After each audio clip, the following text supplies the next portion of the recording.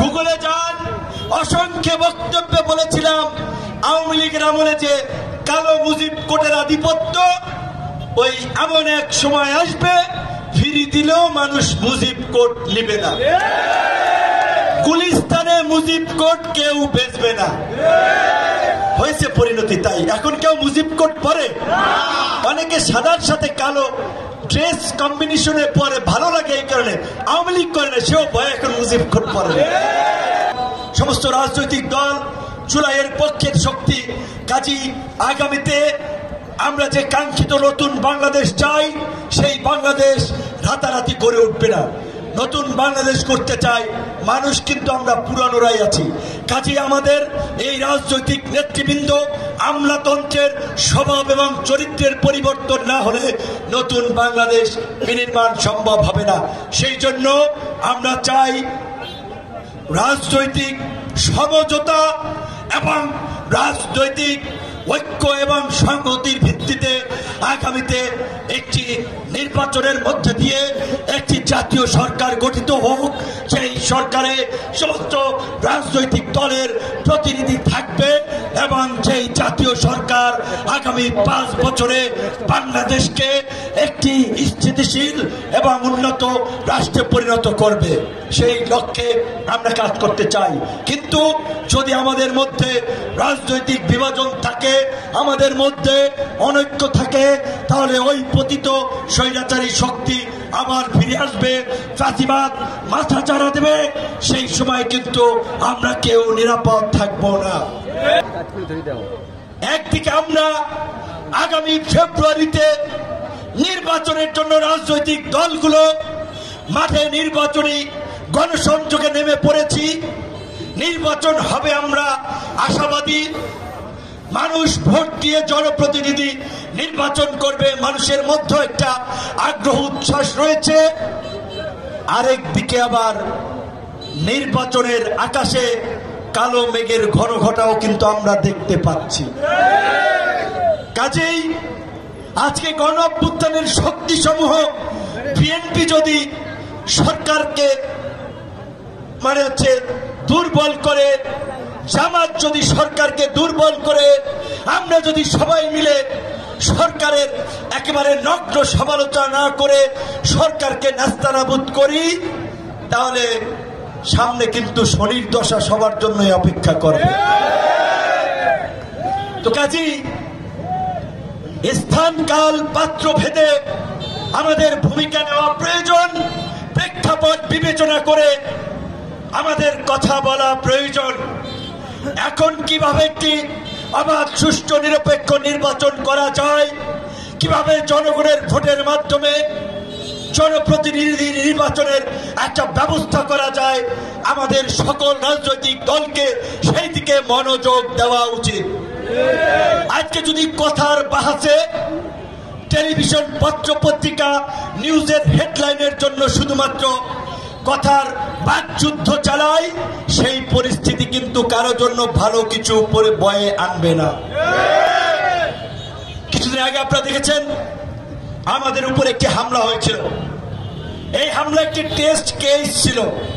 যারা হামলা চালিয়েছিল তারা ক্ষমতার দখলের জন্য হামলা চালিয়েছিল, দেশে একটা নৈরাজ্য তৈরি করার জন্য হামলা চালিয়েছিল। কিন্তু তারা যখন দেখেছে হামলা চালানোর পরে সমস্ত রাজনৈতিক দল এক বিন্দুতে এসে দাঁড়িয়েছে, হামলার বিচারের দাবিতে একই সুরে কথা বলেছে, তখন তারা পেছনে সরে গিয়েছে। কারণ তাদের এটা ব্যাকফায়ার করেছে। অথবা তারা হামলা করে দেখতে চেয়েছিল রাজনৈতিক দলগুলোর মধ্যে ঐক্য আছে কিনা।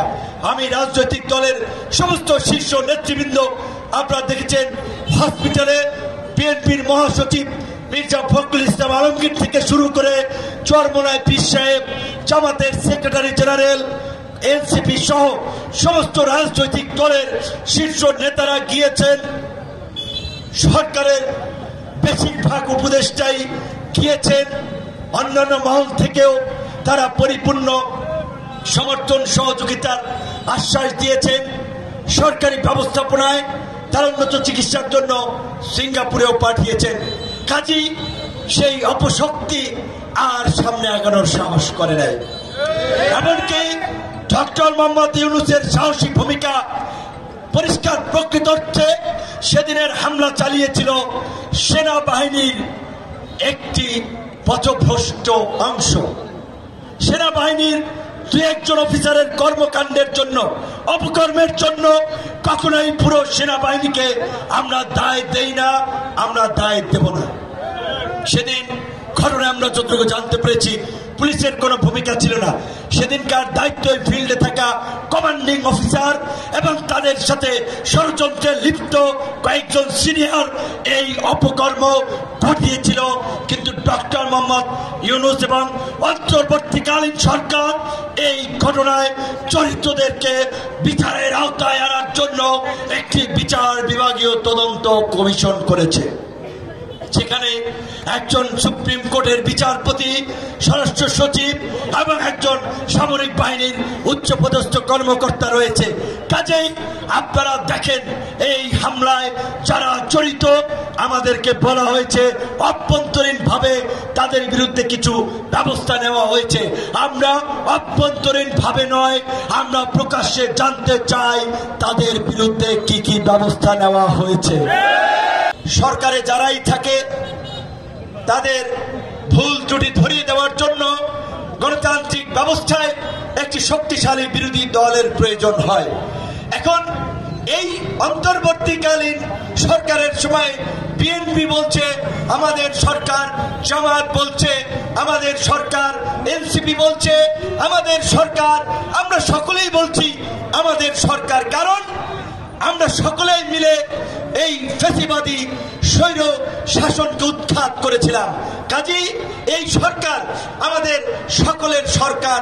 কিন্তু এই সরকারকে আমরা সকলে যে পরামর্শ দেই সেই পরামর্শ হয়তো সরকার একইভাবে আমলে নেয় না, যার ফলে শুরুর দিকে সরকারের যে একটা আকাশচুম্বী জনপ্রিয়তা ছিল এখন সেটি ডে বাই ডে কমছে। কারণ সরকারের কিছু বিতর্কিত কর্মকাণ্ডে কিংবা কিছু উপদেষ্টাদের বিতর্কিত কর্মকাণ্ডে, যেমন কিছুদিন আগে বিএনপির মহাসচিব বলেছিলেন এই সরকারের কয়েকজন উপদেষ্টা একটি রাজনৈতিক দলের পক্ষে কাজ করছেন, তাদেরকে উপদেষ্টার পদ থেকে সরে যেতে হবে।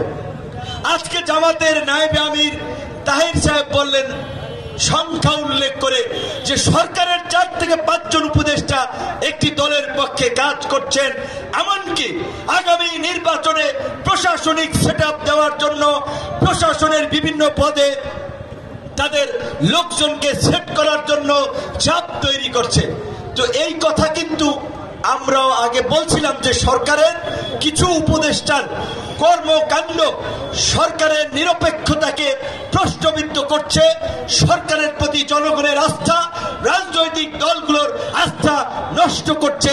তাদেরকে সরিয়ে দিয়ে উপদেষ্টা পরিষদ পুনর্গঠন করতে এই পটুয়াখালীতেও আমি বলেছিলাম।